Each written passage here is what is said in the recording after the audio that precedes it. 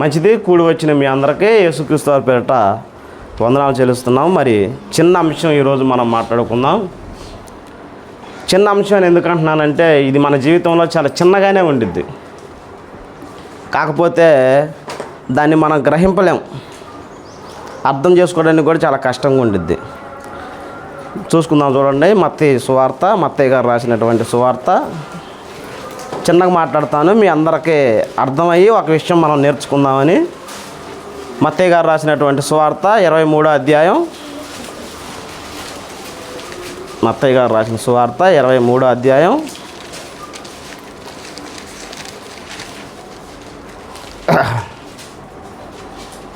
11వ వచనం చదువుకుందాం. మీలో అందరికంటే గొప్పవాడు మీకు పరిచారకుడై ఉండవలెను. తను తాను హెచ్చించుకునివాడు తగ్గింపబడును, తను తాను తగ్గించుకునివాడు హెచ్చింపబడును. ఇదండి అంశం. ఏంటిదంటే తను తాను హెచ్చించుకునివాడు తగ్గింపబడును, తను తాను తగ్గించుకునివాడు. దీనికి ఇంకో పదం అనుకోవచ్చు. ఎవడైతే గర్వంగా ఫీల్ అవుతాడో వాడిని ఏం చేస్తా అంటున్నాడు? అనుస్తా అంటున్నాడు. ఎవడైతే నేను గర్వంగా జీవించకుండా ఉన్నదాంట్లో నేను నా జీవితాన్ని నేను కాపాడుకుంటూనే ఏం చేస్తా అంటున్నాడు? హెచ్చింపు చేస్తా అంటున్నాడు. ఈ అంశం మీద మనం ఈరోజు డిస్కషన్ చేసుకుందాం, కొన్ని వచనాలను మనం ధ్యానించుకుందాం. వాస్తవంగా యేసుక్రీస్తు వారు 4 సువార్తలు మనం ఆలోచించుకుంటే ధర్మశాస్త్రంలో ఉన్నటువంటి సమస్యలనే, ధర్మశాస్త్రంలో జరుగుతున్నటువంటి ఇబ్బందులనే కోట్ చేసి మాట్లాడతాడు. మీరు ఎప్పటికైనా ఆలోచించుకోండి, ఆ విషయాన్ని గ్రహించుకోండి. ధర్మశాస్త్రంలో ఎందుకు మాట్లాడుతున్నాడంటే ధర్మశాస్త్ర కాలంలో శాస్త్రులు, పరిచయులు అనేటువంటి వాళ్ళు ఉండి ధర్మశాస్త్ర వ్యవస్థను ఎలా తీసుకెళ్ళేవాళ్ళంటే ముందుకు తీసుకెళ్ళేటువంటి వ్యక్తులు. వాళ్ళందరి జీవితాల్లో కూడా ఎలా ఉందంటే ఒక వ్యక్తి ధర్మశాస్త్రాన్ని నమ్ముకోవాలన్నా భయపడేవాడు, ధర్మశాస్త్రాన్ని ధ్యానించాలన్నా భయపడేవాడు, దేవాలయం కలిసి చూడాలన్నా భయపడేవాడు, వాడు దేవాలయంలోకి అడుగు పెట్టాలన్నా కానీ వాడికి అర్హత లేదు. ఇలాంటి సిద్ధాంతాలు కలిగి ప్రవర్తిస్తున్నటువంటి వ్యక్తులు ఎవరంటే శాస్త్రులు, పరిచయులు.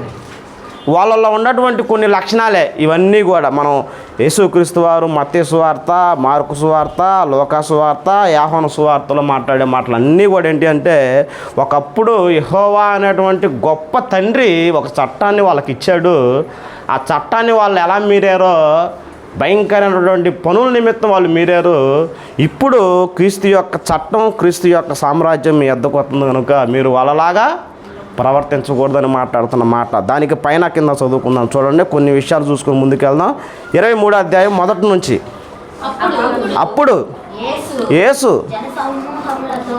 అంటే చదివే వాళ్ళు పాయింట్ ఆపుతా, కొద్ది క్లారిటీగా చదవండి, పెద్దగా చదవండి, ఇబ్బంది ఏం లేదు. అప్పుడు యేసు జన సమూహములతోనూ తన శిష్యులతోనూ ఇట్లా నేను శాస్త్రులను, పరిచయులను మోషే పీఠమందు మోషే ఎక్కడైతే సింహాసనం మీద కూర్చొని రాజ్య పరిపాలన చేశాడో అలాంటి స్థానంలో వాళ్ళు కూర్చుండి ఏం చేస్తున్నారంట? చెప్పిన వాటినన్నిటిని అనుసరించి గైకొనుడి, అయినను వారి క్రియల చొప్పున చేయకుడి, వారు చెప్పునదరే గాని చేయరు. వాళ్ళు ఏం చెప్తారంటే మీరు అది చేయండి, మీరు ఇది చేయండి, మీరు ఇలా ఉండాలి, మీరు ఎలా జీవించాలి అని చెబుతారు, కానీ వాళ్ళు చేయరు. ఇంకా ఏం చేస్తారంటున్నారు? మోయ సఖ్యము కానీ ఒక పాయింట్ గుర్తుపెట్టుకోండి, భారమైన బరువులు. మోయ సఖ్యం లేని అంటే ఒక అన్యుడు మోయ సఖ్యం లేనటువంటి భారంలో మనం అనుకుంటే రెఫరెన్స్లు అవసరం లేదు, చెప్తాను. ఎవరైనా సరే పాపం చేస్తే బలిని తెచ్చేయాలి ధర్మశాస్త్రంలో. వీళ్ళు ఏం చేస్తారంటే ఉండోడా, లేనోడా, పేదోడా అని చూడరు. నువ్వు అర్జెంటుకి పోయి నా కోసం ఒక దున్నపోతును కొనుక్కోనరా, నా కోసం ఒక లేడీని కొనుక్కోనరా, నా కోసం ఒక మేకను కొనుక్కోనరా అని చెప్పి మోయలేని భారాలు వాళ్ళ మీద మోపేవాళ్ళు అంట. తర్వాత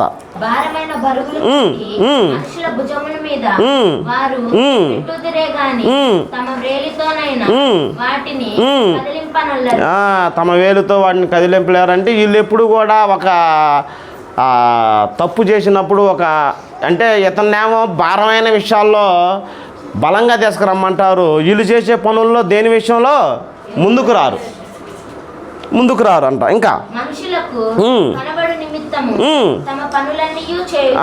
జనం ఎక్కడైతే ఉన్నారో వాళ్ళందరి ముందు ఏం చేస్తారు? పనులు చేస్తారు.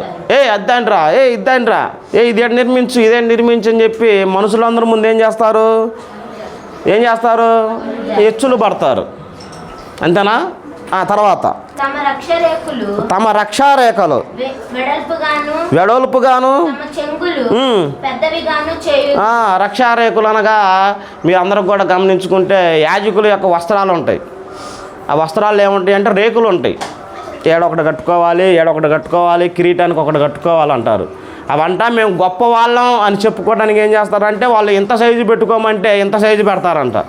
ఇంకా ఏమంటున్నారు? తమ వస్త్రాలు ఆయన 4 చెంగులు కట్టుకోమంటే విస్తారమైన చెంగులు కట్టుకుంటారంట. విందులలో అగ్రస్థానములను, సమాజ మందిరములలో అగ్రపీఠములను, సంత వీధులలో వందనములను మనుషుల చేత బోధకుడు అంటే గొప్పవాడని పిలువబడుటయు వీళ్ళు ఏం చేస్తారు? కోరుకుంటారంట. ఇవన్నీ కూడా ధర్మశాస్త్రం పట్టుకొని సమాజాన్ని సరిచేస్తామని చెప్పుకున్నటువంటి శాస్త్రులు పరిచయుల్లో ఉన్నటువంటి గొప్ప భయంకరమైనటువంటి విషయాలు. ఇవన్నీ కూడా ఎలా ఉండే అంటే కిందకు వచ్చినా మాట్లాడతాడు. తనను తాను తగ్గించుకునేవాడు హెచ్చింపుబడివాడు. ఇవన్నీ లక్షణాలు మీరు గుర్తుపెట్టుకుంటే 8 లక్షణాలు ఉన్నాయి. ఇవన్నీ కూడా హెచ్చింపు కోరుకునేటువంటి వాడి లక్షణాలు. ఒక్కొక్కటి చెప్పుకుంటే ఒక 5-6 రెఫరెన్స్లు ఉంటాయి కాబట్టి షార్ట్కట్లో ముందుకు చెప్పుకుంటూ పోదాం. అర్థమైందా మీకు? ఇవంతా కూడా శాస్త్రులు పరిచయాలు చేసేటువంటి ఆ పనులన్నీ కూడా ఏంటి అంటే హెచ్చింపు కోరుకునేవాడి యొక్క లక్షణాలు. 8 లక్షణాలు గుర్తుపెట్టుకుని మీరు తర్వాత ఒక్కొక్కటి పాయింట్ చేసుకున్నా మీకు బాగుండిద్ది. అయితే కిందకు వచ్చిన తర్వాత ఏం చెబుతున్నాడు? వాళ్ళ శిష్యులను పిలిచి 12 మందిని, అయ్యా మరి వాళ్ళైతేనేమో భయంకరమైనటువంటి పనులతోటి జనాల్ని పాడు చేసి యెహోవా యొద్దకు రావడానికి భయభ్రాంతులను గురి చేశారు. మరి మీరైతే వాళ్ళలా ఉండబాకండి. వాళ్ళలా ఉండకూడదంటే ముందు నేనేం చేయాలి? హెచ్చింపు కోరుకోబాకు అమ్మా. హెచ్చింపు కోరుకోబాకు.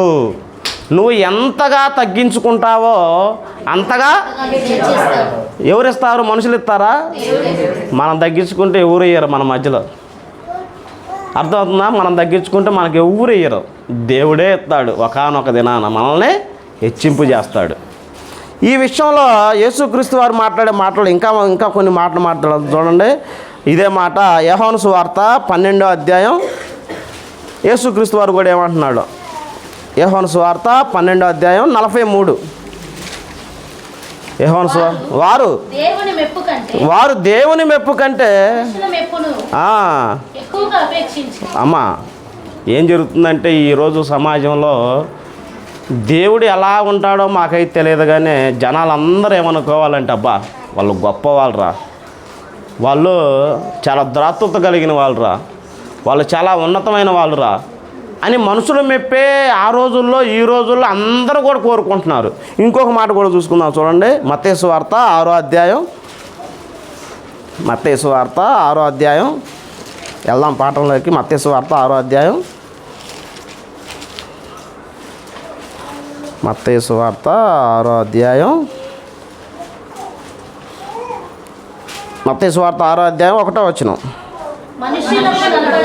మనుషులకు కనబడవాలనని వారి ఎదుట మీ నీతి కార్యములు చేయకుండా జాగ్రత్త పరుడే. ఎందుకంటే శాస్త్రులు పరిచయులు పద్ధతి ఏంటిది?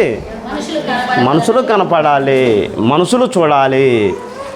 యేసుక్రీస్తు వారు ఎవరు చెబుతున్నాడు? ఆయన ఎమ్మట ఉన్నటువంటి 12 మంది శిష్యులకి, ఆయన వెంబడించేటువంటి క్రైస్తవ కుటుంబాలకి, మనకు కూడా ఇది మనుషులు కాకపడాలి, మనుషులు నన్ను మెప్పు పొందాలి, మనుషులు నన్ను గణపరచాలనేటువంటి లక్షణాలన్నీ ఎవరి? శాస్త్రులే, పరిచయులు. ఇది మీలో ఉండకూడదు. మనుషులు కనపడాలని చెప్పి మీరు ఏ పని చేయబాకండి. తర్వాత ఏమంటున్నాడు? లోకమందున్న మీ తండ్రి యొద్ద మీరు ఫలము పొందుదురు. కావున నీవు ధర్మం చేయనప్పుడు మనుషుల ఘనత నొందవలెనని వేషధారులు సమాజ మందిరములో, ఆ, వీధులలో చేయులాగున నీ ముందర బూర ఊదింపవద్దు.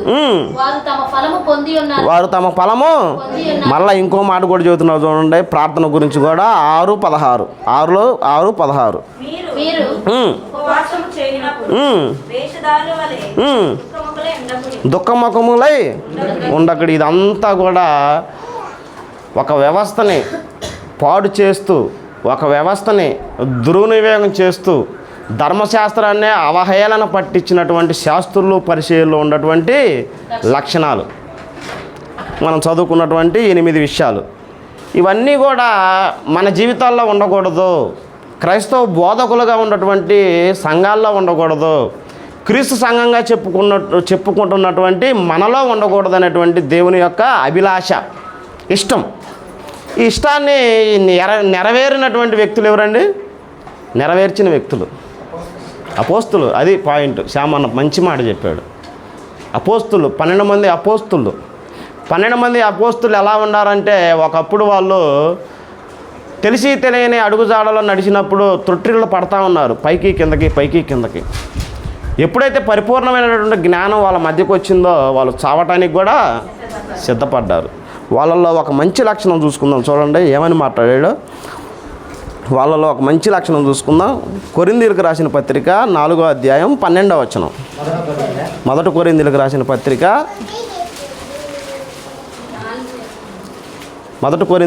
పత్రిక 4వ అధ్యాయం 12వ వచనం. అమ్మా, నిందింపబడి దీవించుచున్నాము, హింసించబడి ఓర్చుకొనుచున్నాము. అమ్మ 4వ అధ్యాయం 12వ వచనమేనా? 1వ కొరింథీ 4వ అధ్యాయం నేను చూస్తా చూడు. 4:12 అమ్మా. 12 అంటే 11 నుంచి నేను చదువుతా చూడండి. 12 లైన్లోది. స్వహస్తములతో పనిచేసి కష్టపడుచున్నాము. చాలా అమ్మ. అంటే ఇప్పుడు శాస్త్రులు పరిచయులు చేసే పని 12 మంది అపోస్తులు ఎవరు చేయలేదండి. ఏమంటున్నాడంటే పౌలు గారు, మా ఈ చేతులు సంఘాల నిమిత్తం ఏమైనాయి? కష్టపడ్డాయి. మా ఈ చేతులు ఇబ్బందుల్లో ఉన్న వాళ్ళ నిమిత్తం కష్టపడ్డాయి, సంఘాలు నిర్మించే విషయంలో కష్టపడ్డాయి, సమస్యల్లో ఉన్న వాళ్ళని ఆదరించడానికి మా చేతులు ఏమైనాయి? కష్టపడ్డాయి. వాళ్ళు ఏం చేశారు? మోయలేనటువంటి భారాలు తీసుకొచ్చి, మనం భరించలేనటువంటి సిద్ధాంతాలను తీసుకొచ్చి ప్రజల మీద మోపి మీరు భరించండి అని అనేవాళ్ళే కానీ వాళ్ళ ఏలుతోటి కదిలించలేరు. పౌలు గారు ఏం చేస్తున్నాడు? సంఘాల కోసం కష్టపడ్డాడు, పరిచర్య కోసం కష్టపడ్డాడు, సంఘంలో ఉన్నటువంటి ఇబ్బందుల విషయంలో కష్టపడ్డాడు.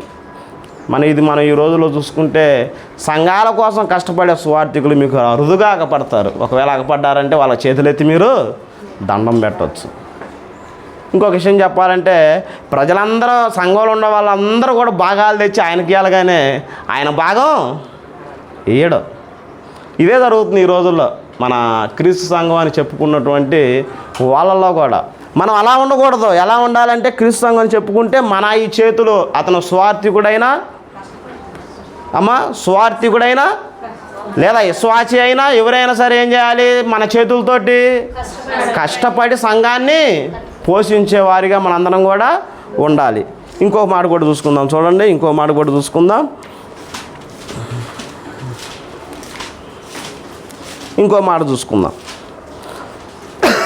మెప్పు విషయంలో వాళ్ళు ఎలా ఉంటున్నారు? మనుషుల ముందు తమ మెప్పులు కోరుకుంటున్నారు. మనుషులు ఎక్కడైతే ఉన్నారో అక్కడికి వెళ్ళి పరిచర్య చేస్తున్నారు. అపోస్తులు ఎలా ఉన్నారో చూడండి. అపోస్తుల కార్యంలో 14వ అధ్యాయం 12వ వచనం. అపోస్తుల కార్యంలో 14వ అధ్యాయం 12వ వచనం. అమ్మా,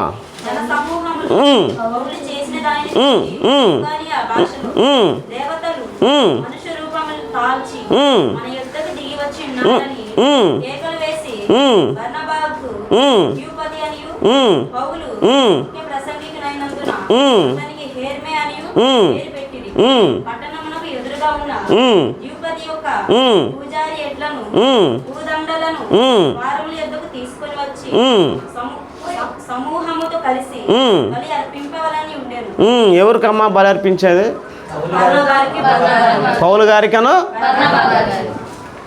ఇది నేర్పించారు వాళ్ళు ఎవరు? శాస్త్రులు, పరిచయులు. ఎవరికి? జనాలకి.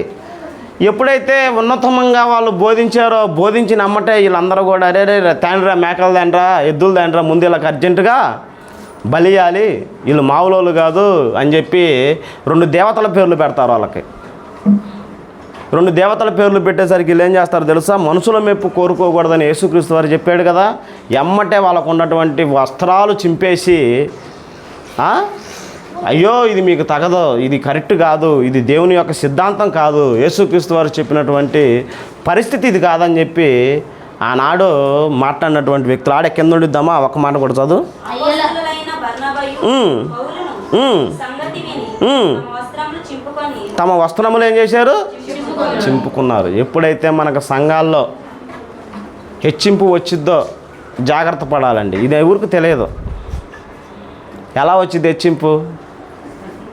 ఈరోజు ఏరయ్య అన్న మామూలుగా చెప్పలేదు వాక్యం అనగానే ఏరయ్య ఆడికి వెళ్తాడు, ఆకాశంలోకి పోతాడు. అంటే చెప్పడం మంచిది కాదు. కాకపోతే ఏరైనా కూడా మీరేం చేయాలి? కనిపెట్టాలి. ఒకవేళ పిలుపు ఎక్సలెంట్ మెసేజ్ చెప్పాడు అనుకోండి, అబ్బో ఏరయ్య కంటే పిలుపు బాగా చెప్పాడు అనగానే మనకేంటంటే మన తెలియకుండా మనకేమొచ్చింది తెలుసా? హెచ్చింపు వచ్చింది.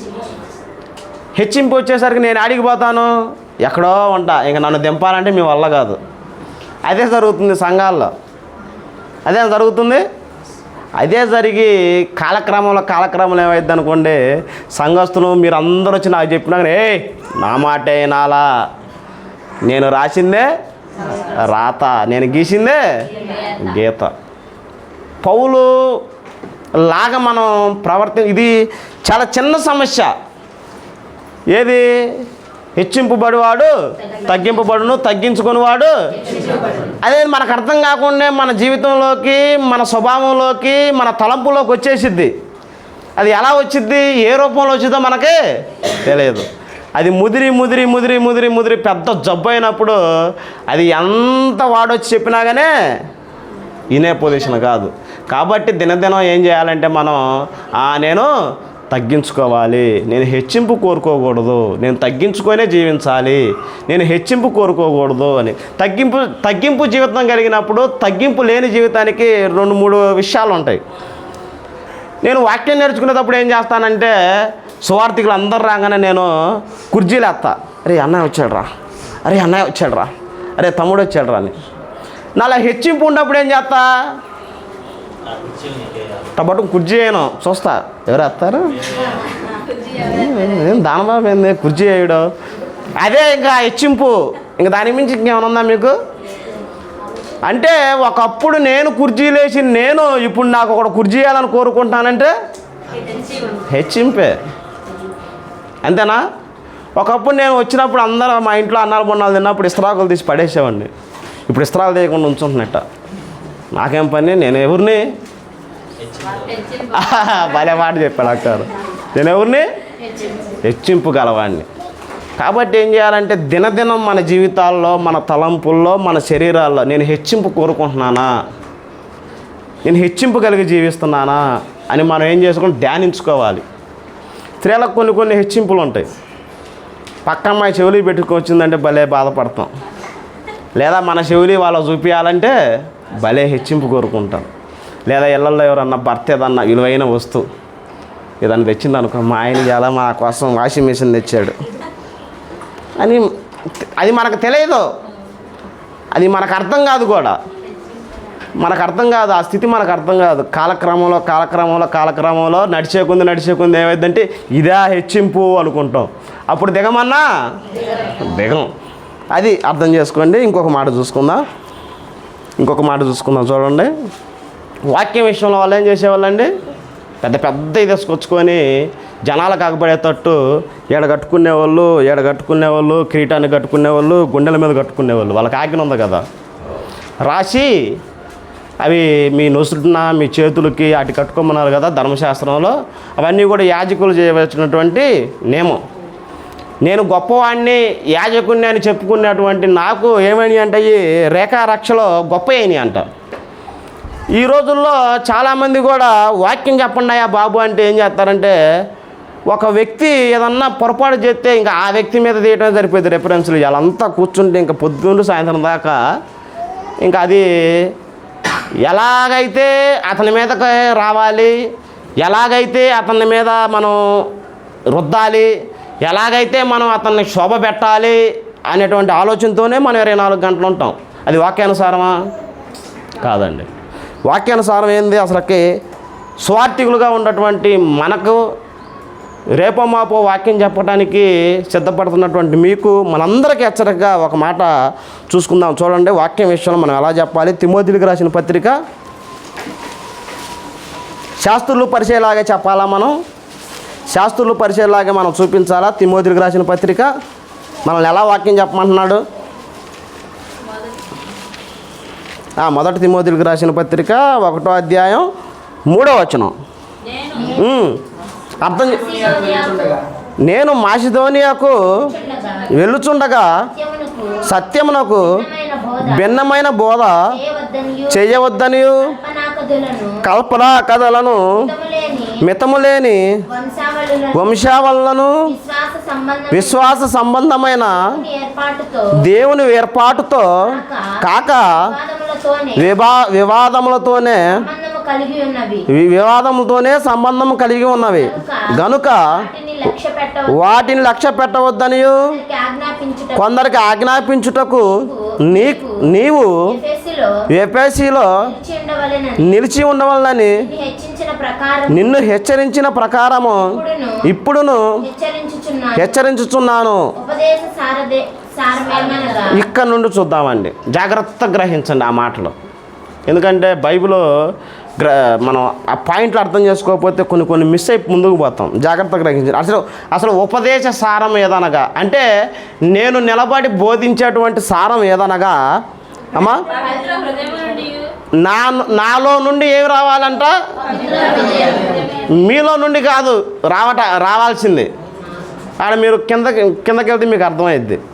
నేను నుంచొని నేను ఉపదేశించేటువంటి ఉపదేశ సారం నేను చేసేటప్పుడు నాలో ఏముండాలంటే పవిత్ర హృదయం నుండి, మంచి మనస్సాక్షి నుండి, నిష్కపటమైన విశ్వాసము నుండి కలుగు ప్రేమయే. నేను ఎప్పుడైతే సంఘముతోటి పవిత్ర హృదయం నుండి, మంచి మనస్సాక్షి నుండి, నిష్కపటమైన విశ్వాసం నుండి కలుగు ప్రేమయే, ఎప్పుడైతే నేను ఇవన్నీ కలిగి నేను వాక్యాన్ని బోధిస్తానో అదేంటిదంట? అదేంటిది? ఉపదేశ సారము. అది గొప్ప ఉపదేశ సారము. కక్షలు పెట్టుకొని వాక్యం మనం ఎవరికి చెప్పకూడదు.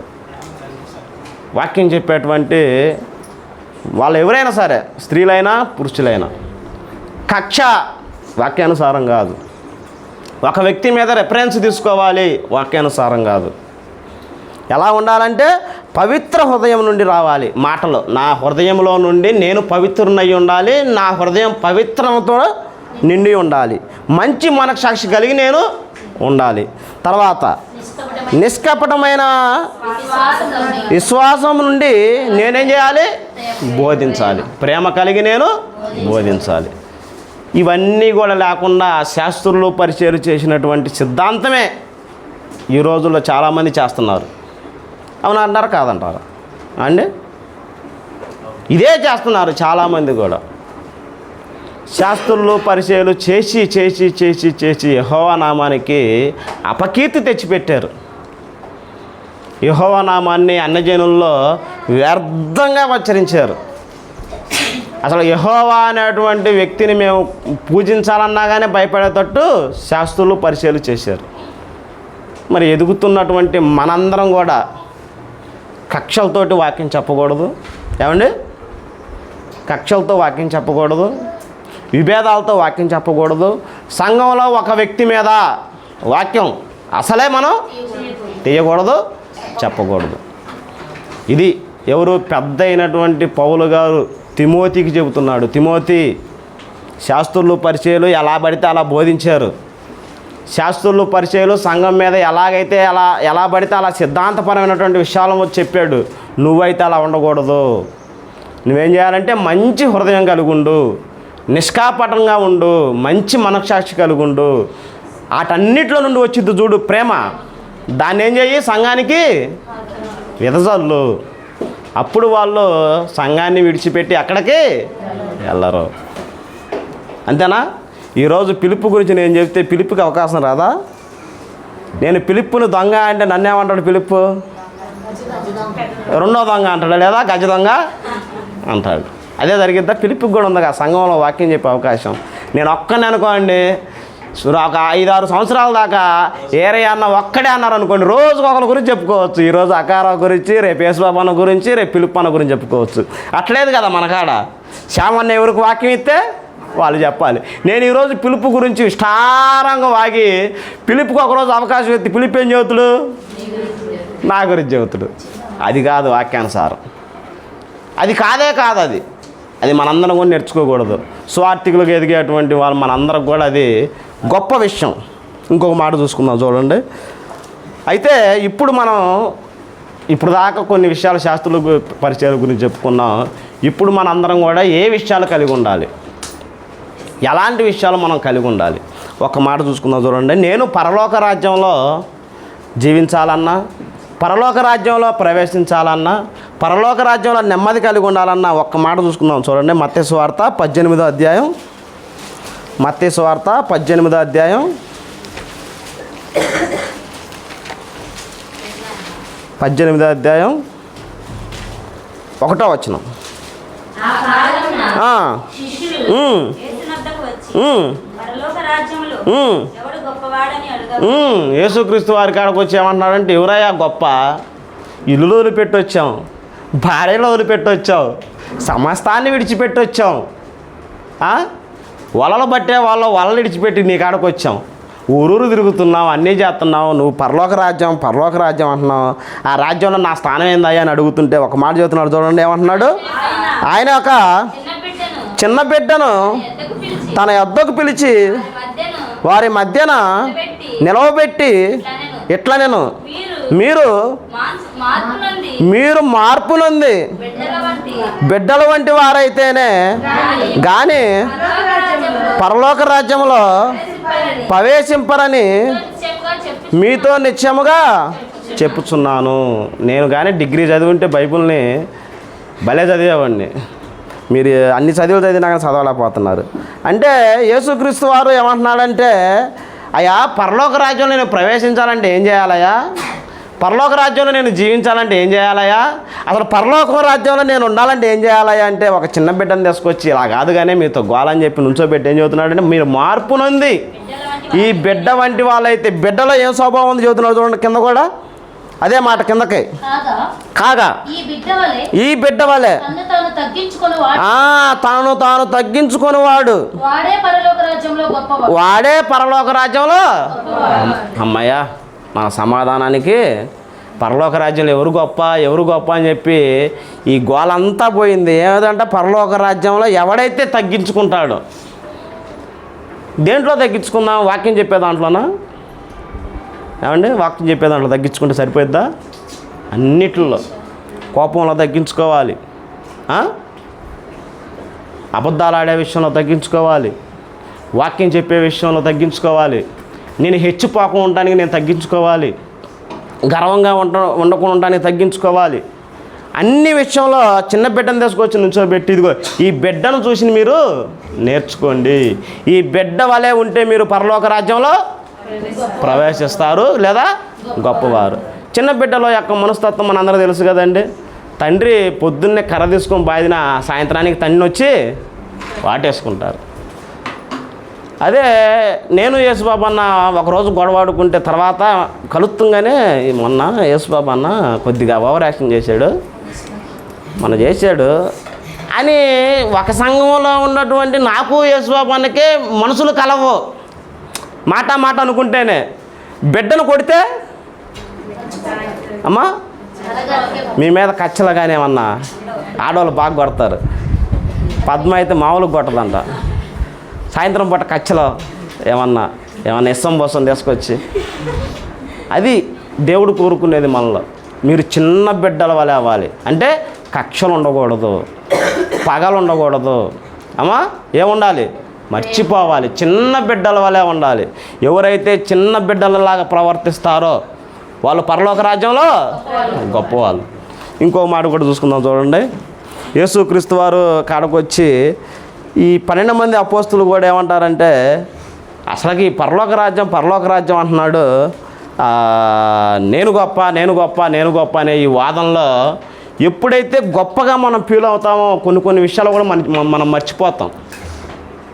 ఇంకా చెప్పాలంటే నేను నా స్థితి, నేను వాక్యం బాగా చెబుతున్నాను అనేటువంటి గర్వం గొప్ప నాలో వచ్చిందనుకోండి, అంకారా చెప్పే వాక్యం నేను ఇముడ్చుకోలేను. ఇది చాలా పాయింట్ గుర్తుపెట్టుకోండి యవనస్తులు అందరూ కూడా. నేను వాక్యం చెప్పే స్థితి నాకు వచ్చింది, నేను విస్తారమైనటువంటి వాక్యం నేను చెబుతున్నాను. నాకంటే తక్కువ వాడైనటువంటి దానబాబు వచ్చి వాక్యం చెబుతుంటే నేను నా హృదయం ఏమైందంటే దాంట్లోకి వెళ్ళదు. ఎప్పుడైతే వెళ్ళలేదో మీరు గ్రహించుకోవాలి. నేనేమవుతున్నాను? హెచ్చింపు కోరుకుంటున్నాను. దానబాబు చెబితే నేనేంది నేను తీసే రెఫరెన్స్ లేనిది. దానబాబు ఏంది, ఆ అబ్బాయి ఏదో మత్తయి సువార్త లోకా సువార్త తీసాడు, నేను ఎన్ని తీసాను తెలుసా? ఎప్పుడైతే నేను అనుకుంటానో మన జీవితంలోకి మన తలంపుల్లోకి హెచ్చింపు వచ్చేసింది. అది జీవిస్తుంది, కాకపోతే నువ్వు దాన్ని గ్రహింపలేవు, నీకు అర్థం కాదు. మీరు కూడా గుర్తుపెట్టుకోండి, ఎవరైతే వాక్యం చెబుతున్నారో చెప్పే అటువంటి వ్యక్తి యొక్క మాటలు మన హృదయంలోకి ఎప్పుడైతే వెళ్ళట్లేదో మీరు ఇంక హెచ్చింపు కోరుకున్నట్టే. దానికి ఇంకా లేదు. దానికి ముందేందయ్యా అంటే వాక్యం మనం చెప్పినప్పుడు సరిచేసుకొని, చిన్నవాడైనా పెద్దవాడైనా తగ్గించుకొని, నన్ను నేను తగ్గించుకొని వాక్యం వినటానికి నేను సిద్ధపడి ఉంటాను. అప్పుడు మనం హెచ్చింపుని మనం తగ్గించుకుంటున్నట్టు గుర్తుపెట్టుకోండి. అర్థమైంది ఈ పాయింట్? మళ్ళీ చెప్పేది అవసరం లేదుగా. నేనైతే అడుగుతా, జార్జి గారు కానీ లేదా కార్మన్స్ ప్రభుదాస్ గారు కానీ అబ్రహాన్ కానీ ఒక విషయం చెప్పినప్పుడు అర్థం కానప్పుడు అన్న అది మళ్ళీ చెప్పు అంటా నేను. కాబట్టి అర్థం కానప్పుడు అడగండి. హెచ్చింపు ఎప్పుడైతే ఒక వ్యక్తి వాక్యం చెబుతున్నప్పుడు చెప్పేటువంటి నేను నాకంటే చిన్నవాడు వాక్యం చెబుతున్నప్పుడు వినకుండా నేను నా హృదయంలోకి నేను తెచ్చుకుంటానో అప్పుడు నేను హెచ్చింపు కోరుకున్నవాడిని. ఈ విషయం మాట్లాడతాడు చూడండి. మార్కు సువార్త 9వ అధ్యాయం.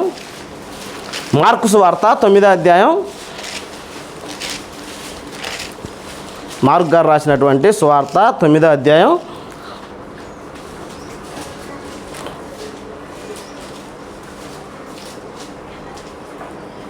అమ్మా. మార్కు సువార్త 9వ అధ్యాయం 31. ఏలయనగా ఆయన తన శిష్యులకు బోధించుచు మనుష్య కుమారుడు మనుషుల చేతికి అప్పగింపబడుచున్నాడు, వారు ఆయన చంపెదరు. చంపబడిన 3 దినములకు ఆయన లేచునని వారితో చెప్పాను. ఎందుకు గ్రహింపలేదు? కింద వాదన జరుగుతుంది, 12 మంది అరుచుకుంటున్నారు, నువ్వు గొప్ప నేను గొప్ప, నువ్వు గొప్ప నేను గొప్ప. మీరు అది చదివితే అర్థమవుతుంది. ఇలా వాదించుకుంటున్నారు. యేసుక్రీస్తు వారేమో గ్రహింపశక్యం లేనటువంటి విషయాలు చెబుతున్నాడు.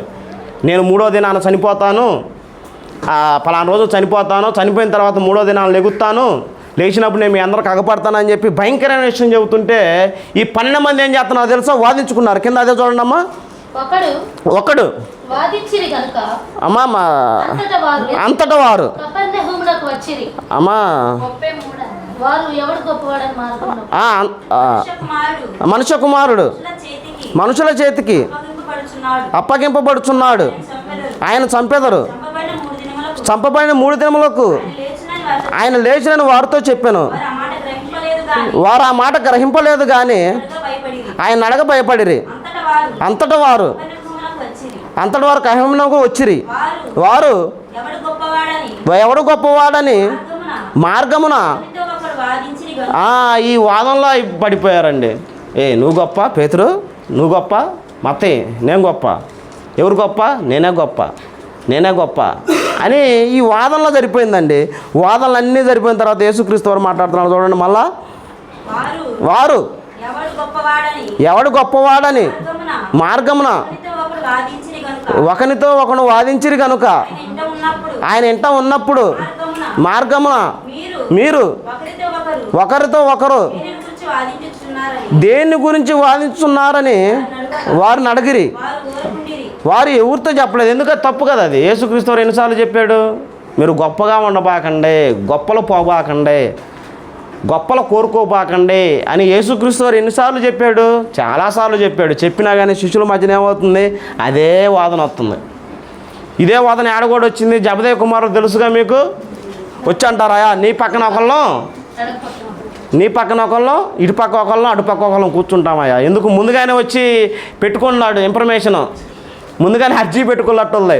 ఇదిగో ఈ 12 మంది ఎగబడతారా బుల్దు తర్వాత అక్కడ బుల్దు మా ఇద్దరు బయటికి గుర్తుపెట్టుకో వాళ్ళ అమ్మగారు. ముందు మా ఇద్దరు కొడుకుని నీ పక్కన పెట్టుకో. ఎందుకు, నీ పక్కన ఉంటే మా పిల్లలకి ఆధిక్యం, నీ పక్కన ఉంటే మా పిల్లలకి గొప్ప. కాబట్టి ఈ 12 మంది 70 మంది 80 మంది ఉన్నారు కదా, ఒకవేళ తొందరపడి ఎవరైనా పెట్టుకుంటామని చెప్పి ముందుగానే అర్జీ పెడుతుంది. ఎవరామా, తల్లి. చూడండి ఆ మాట కూడా తెలుసుగా మీకు. మార్కు సువార్త 10వ అధ్యాయం 35, 10వ అధ్యాయం 35, 10:35. జబదేయ కుమారులైన యాకోబును యోహానును ఆయన వద్దకు వచ్చి, బోధకుడా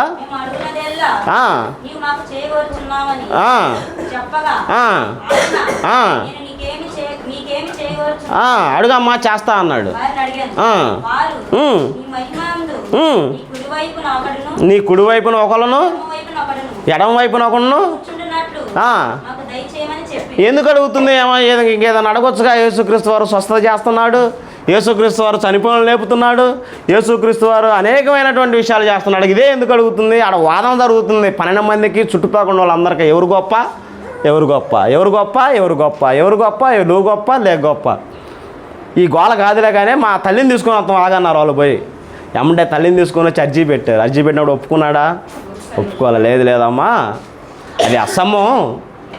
ముందు నీ బిడ్డలకు ఏం చేపిస్తావంటే తను తగ్గించుకోమను, ఒకానొక దినాన దేవుడు అతనిని హెచ్చిస్తాడు. ఆడ రాజ్యం గురించి కూడా 12 మంది కూడా వాదన పడుతుంటే మొత్తాన్ని పిలిచి కూర్చోబెట్టి, మీరు ఎందుకు ఇలా వాదించుకుంటున్నారు? మీరు తగ్గించుకుంటే దేవుడు మిమ్మల్ని హెచ్చిస్తాడు కదా. మీరు అడిగితే వచ్చేది కాదు కదా ఉద్యోగం, మీరు అడిగితే వచ్చేది కదా గొప్పతనం, మీరు అడిగితే వచ్చేది కాదు అధికారం, దేవుడు ఇవ్వాలి కదా. కాబట్టి ఆడ రాజ్యం వాళ్ళ 12 మంది శిష్యులు అరుచుకున్న కాడ కూడా ఏమంటాడంటే, మిమ్మల్ని మీరు తగ్గించుకుంటే దేవుడు మిమ్మల్ని హెచ్చిస్తాడు. ఇక్కడ జబదేయ కుమారుడు యొక్క తల్లిదండ్రుల కాడ కూడా ఏం చెబుతాడంటే, మిమ్మల్ని మీరు తగ్గించుకుంటే దేవుడు హెచ్చిపడతాడు. ఏ విషయంలో మనం గొప్పగా ఫీల్ అవుతున్నాం? ఏదన్నా ఉందా మనల్ని గొప్పగా ఫీల్ అవ్వడానికి?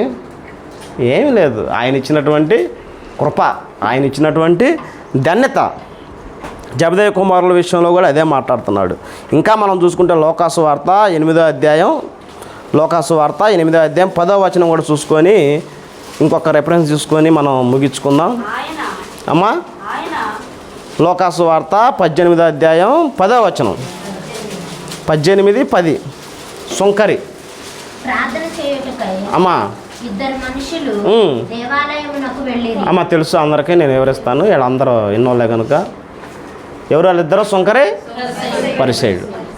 ఎలా ఉండాలంటే ఆడ కూడా మీరు ధ్యానించుకుంటే ఒక్కొక్క పాయింట్ చాలా గొప్పగా ఉండిద్ది.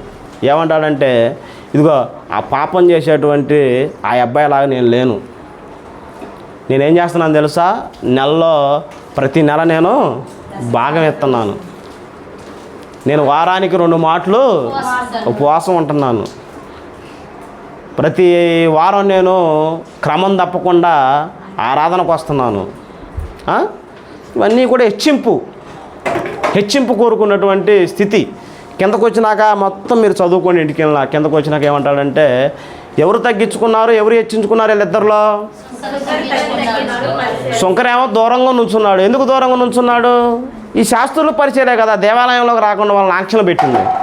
దేవాలయం కళ్ళు చూసి దండం పెట్టుకుంటున్నాడంట, రొమ్ము కొట్టుకుంటున్నాడంట. నన్ను క్షమించాయా, నేను పాపం చేస్తే నా తప్పులు క్షమించాయా, నేను నీకు బలి అర్పించాలని నాకు ఉండగానే నేను దేవాలయంలోకి రాలేని వ్యక్తిన్నయ్యా, నన్ను క్షమించాయా, నన్ను మన్నించాయా అని చెప్పి ప్రాధాయపడుతున్నాడు ఆయన. తను తగ్గించుకొని. ఇతనేం చేస్తున్నాడు? గర్వంగా గర్వంగా హెచ్చించుకుంటూ ఇచ్చేవి చెప్పుకుంటూ నేను అదిగో అగపడేటువంటి అతను లాంటి అయితే కాదు. ఎప్పటికైనా గుర్తుపెట్టుకోండి, ముందు మన జీవితం, మన మనస్సాక్షి, మనల్ని మనం పరిశీలించుకున్న తర్వాతే ఎదుటి వాళ్ళకల్లి మనం ఏలెత్తి చూపించాలి. ఇవి లేకుండా మనం చేసామంటే అదేంటిదంటే హెచ్చింపు. నేను గొప్పవాడిని, నేను గొప్ప స్థితి కలిగిన దాన్ని అనేటువంటి జీవితాలు అలా ఉండకూడదు. చివరి మాట మనం చూసుకొని ముగించుకుందామండి. యేసుక్రీస్తు వారి గురించి కూడా మీ అందరికీ తెలుసు. ఎఫ్సీలకు రాసిన పత్రిక 2వ అధ్యాయం చదవద్దు. లోకాల కోసం, లోక కళ్యాణం కోసం దేవుడై ఉండి తాను తగ్గించుకొని ఏమయ్యాడండి? శిలువ మరణం పొందాడు. రాసుకోండి, చదవాల్సిన పని లేదు. దేవుడై ఉండి దేవునితో సమానముగా ఉండుట అనేటువంటి గొప్ప అదృష్టాన్ని విడిచిపెట్టి పాపుల కోసం ప్రాణం పెట్టి తనను తాను రిక్తునిగా చేసుకొని ఏవాడంటే తగ్గింపు కలిగి జీవించాడు. ఇంకా మనం మాట్లాడుకున్నాం ఒక విషయంలో, 12 మంది శిష్యులను పిలిచి వాళ్ళ కాళ్ళు ఒక గిన్నెలో పెట్టి ఏం చేశాడు? కడుగుతాడు.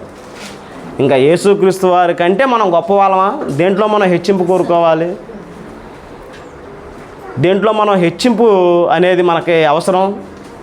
మళ్ళాంటి జీవితాలు ఎలా ఉంటాయంటే, ఒకప్పుడు నేను ఏడో చింతకాయలు ఏరుకునేవాడిని అంట. రాజు పెళ్లి చేసుకున్నాక ఏమయ్యా? నేను రాణిని అయిన తర్వాత ఏమన్నానండి? చింతకాయలేంది వంకరగా ఉండే ఏడగాతే అన్నానంట. అట్టుండి హెచ్చింపు కోరుకునేవాళ్ళు. కాబట్టి మనం ఏమీ చేయనటువంటి వాళ్ళం, మనం గొప్ప వాళ్ళం అని మనకు రక్షణ ఇచ్చాడా? లేదు. పౌలు గారు ఏ విషయంలో హెచ్చింపు కోరుకున్నాడో చూడండి. అసలు ఈ విషయం చూస్తే మన అందరం మైండ్ పోయిద్ది. పౌలు గారి విషయం ఒక్కటే హెచ్చింపు కోరుకున్నాడంట. నేను హెచ్చింపు కోరుకున్నాను అంటున్నాడు. ఏ విషయం ఒక మాట చూసుకుందాం చూడండి. 2 కొరింథీయులకు రాసిన పత్రిక 12వ అధ్యాయం. 2 కొరింథీయులకు రాసిన పత్రిక 12వ అధ్యాయం. 2 కొరింథీయులకు రాసిన 12వ అధ్యాయం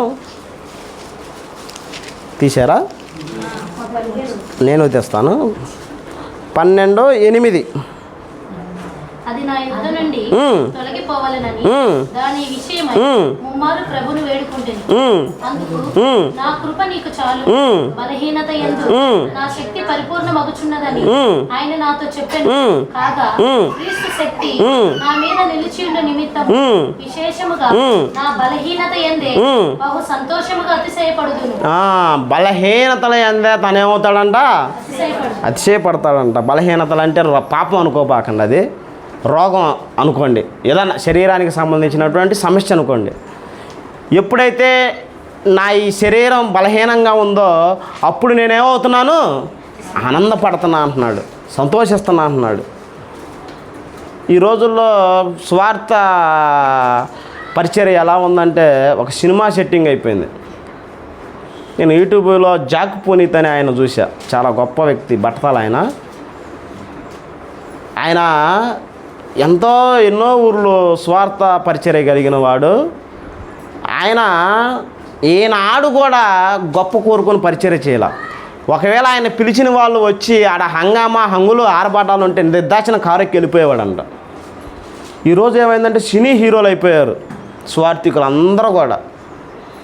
స్వార్థికులు అనబడేటువంటి ప్రతి ఒక్కళ్ళు ఏమయ్యారంటే ఆడంబరం అయిపోయింది, అడావుడి అయిపోయింది. జనాలు కూడా గొర్రె జనాలు కదా, వాళ్ళ కాడికే లగెత్తుతారు, వాళ్ళ కాడికే ఉరికెత్తుతారు. మరి ఏముందో నాకేం అర్థం కాదు.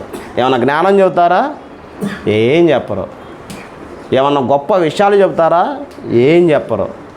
యేసుక్రీస్తుకు ఫ్యాన్స్ ఏమోగానే స్వార్థికులకు మటుకు భయంకరమైన ఫ్యాన్స్ ఉన్నారు. ఈ ఫ్యాన్స్ ఏమవుతున్నారు తెలుసా? ఆ ఫ్యాన్స్ కాడికి వెళ్ళి లటక నెల మునిగి వస్తున్నారు. 2 నెలలకు మళ్ళీ బార్ షాప్లో తేలుతున్నారు. ఆడ సొరేసి ఈడ తేలుతున్నారు. ఈ మధ్యలో గ్యాప్ ఏమైందంటే ఒక 2 నెలలు అగపడరు.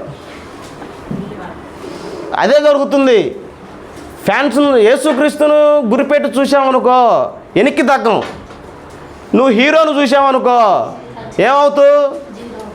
ఎమ్మటే హీరోను చూసి సొరేస్తావు.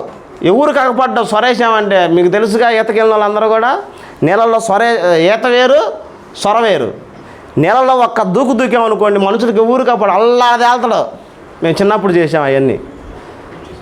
ఈడు ఎప్పుడైతే ఆయన నమ్మి స్వరేసిండో బెమ్మటి బార్ షాప్లో తేల్తాడు. ఇంకేడాకపడ్డా ఏంటంటే సాతాను నన్ను ప్రేరేపించింది, సాతాను నన్ను పాపం అగపాడిని వాడి మీద మడికి నిందలు బలేస్తాం, సాతాను నన్ను ప్రాధేయపట్టింది, సాతాను నన్ను బలహీనపరిచిందని చెప్పి అంటారు. అపోస్తుల యొక్క జీవితం ఎలా ఉందో చూడండి, అదే చదువుకుందాం. ఇదే ముందుకక్క బలహీనత ఎందునా బహు సంతోషముగా అతిశయపడదు. నేను ఎప్పుడు బలహీనుడను అప్పుడే బలవంతుడను గనుక క్రీస్తు నిమిత్తము నాకు కలిగిన బలహీనతలలోను, నిందలలోను, ఇబ్బందులలోను, హింసలలోను, ఉపద్రవములలోను నేను సంతోషించుచున్నాను. అన్నిట్లో సంతోషిస్తున్నాడు అండి. శ్రమలు వచ్చినా, ఇబ్బందులు వచ్చినా.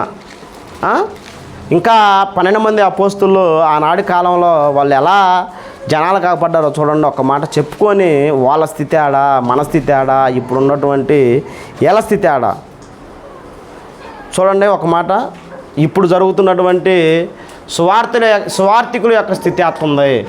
ఆనాడు కాలంలో సువార్త అనేటువంటి పరిచర్య ఎలా ఉందో ఒక మాట చూసుకుందాం చూడండి. కొరింథీయులకు రాసిన పత్రిక 4వ అధ్యాయం 1 కొరింథీ.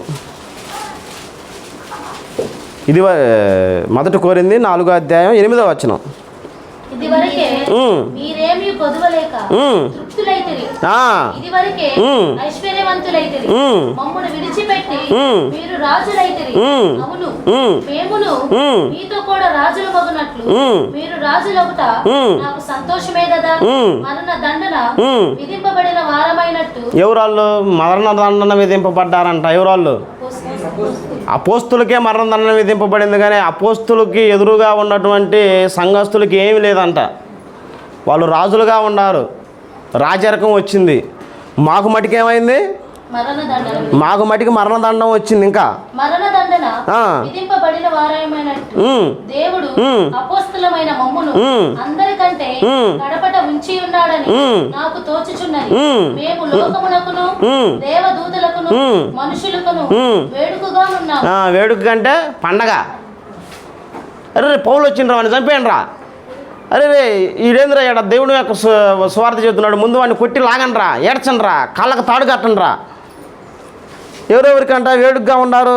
మనుషులకు, దేవదూతలకు, లోకమును. దేవదూతలు అంటే శాస్త్రులు, పరిచయులు. మనుషులకి లోకుగా ఉన్నారు, శాస్త్రులకి పరిచయులకి లోకులుగా ఉన్నారు. ఇంకా ఎవరుకున్నారు? లోకమునకు, అన్యులకు కూడా వేడుకగా ఉన్నారు. ఇంకా మేము క్రీస్తు నిమిత్తం వెర్రివారము, మీరు క్రీస్తునందు బుద్ధిమంతులు. మేము బలహీనులము, మీరు బలవంతులు. మీరు గనులు, మేము హీనులం. ఈ గడియ వరకు ఆకలి దప్పులు గలవారము, ఆకలితో ఉన్నారంట, దిగంబరులుగా ఉన్నారంట. తినుచున్నాము, అమ్మా పిడిగుద్దులు. ఎవరు?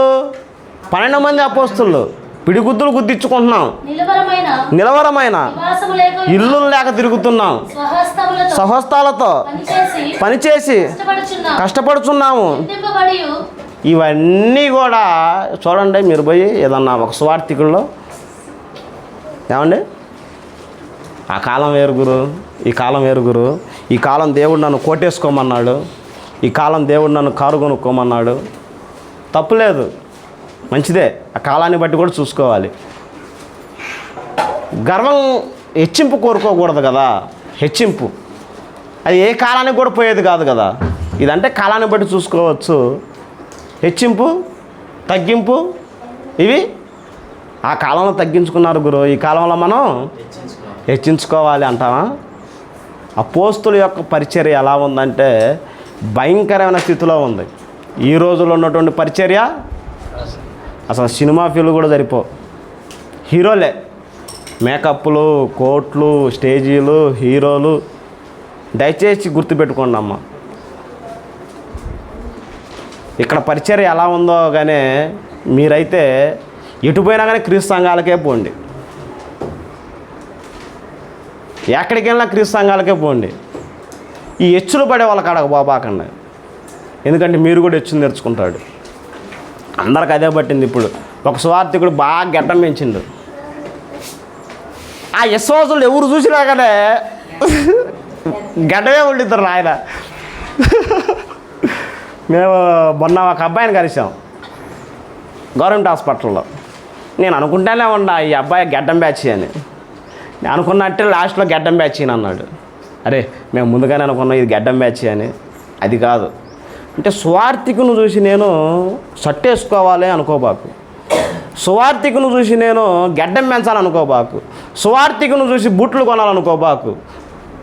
క్రీస్తును చూసి నువ్వు బతకడం నేర్చుకో. అంతేనా? నువ్వు గురిపెట్టి ఎవరు చూడమన్నాడు? నువ్వు స్వార్థికును చూసావు అనుకో, ఏదో ఒక రోజు బోర్ల పడతావు లేదా ఎచ్చులు పడతావు. కాబట్టి విశ్వాస జీవితంలో మనం నిలకడగా ఉండాలంటే హెచ్చింపు కోరుకోకూడదు. హెచ్చింపు మన జీవితంలో ఎలా వచ్చిద్దో మనకు తెలియదు కనుక మనందరం కూడా ఏ స్థితిలో హెచ్చింపు కోరుకుంటున్నాం అనేది మీరు గమనించుకొని చివరి మాట యాకోబుకు రాసిన పత్రిక 4వ అధ్యాయం 10వ వచనం చెప్పుకొని ఇంకా ముగించుకుందాం. యాకోబు రాసినటువంటి పత్రిక 4వ అధ్యాయం 10వ వచనం. ప్రభు దృష్టికి మిమ్మల్ని మీరు తగ్గించుకొనుడి, అప్పుడు ఆయన తగిన సమయం ఉండిద్ది.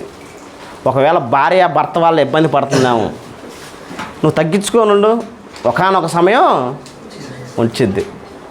అమ్మాయి అనూషాని ఒకవేళ యేసుబాబుని ఇబ్బంది పడుతున్నాడు, నువ్వు తగ్గించుకోనుండు, ఒకానొక సమయం ఉంది. అమ్మా అంతేనా? ఉందా లేఖనం? ఒకవేళ భర్తలారా మీరు కూడా మీ భార్యలు ఏమైనా ఇబ్బంది పెడుతున్నారేమో, తగ్గించుకోనుండు, సమయం ఉంది. అంతేనా? దేవుడు నిన్ను హెచ్చిస్తాడు. మనం ఎంతగా తగ్గించుకొని ఉంటే దేవుడు మనల్ని అంతగా హెచ్చించాడు. మళ్ళీ ఒకసారి ఆ మాట చదువుకుందాం. ప్రభు దృష్టికి ప్రభువుని బట్టి, ప్రభువు నాకు తగ్గించుకోమని మాట ఇచ్చాడు. ప్రభువు నన్ను తగ్గించుకొని నీ జీవితాన్ని నువ్వు కొనసాగించు అన్నాడు. కాబట్టి ప్రభువుని బట్టి మీరేం చేయమన్నాడు? తగ్గించుకొని ఉంటే నాకేంది లాభం? తగిన సమయాన్ని చూస్తాడు. నువ్వు ఎంత తగ్గించుకున్న భర్త నీ మాట వింటలేదా, ఏదో ఒకరోజు నేను హెచ్చించే రోజు వచ్చిద్ది. కాబట్టి మనందరం కూడా తగ్గింపు జీవితం కలిగి జీవిద్దాం. పిలుపు అన్న తగ్గింపు జీవితం కలిగి మనం జీవిద్దాం.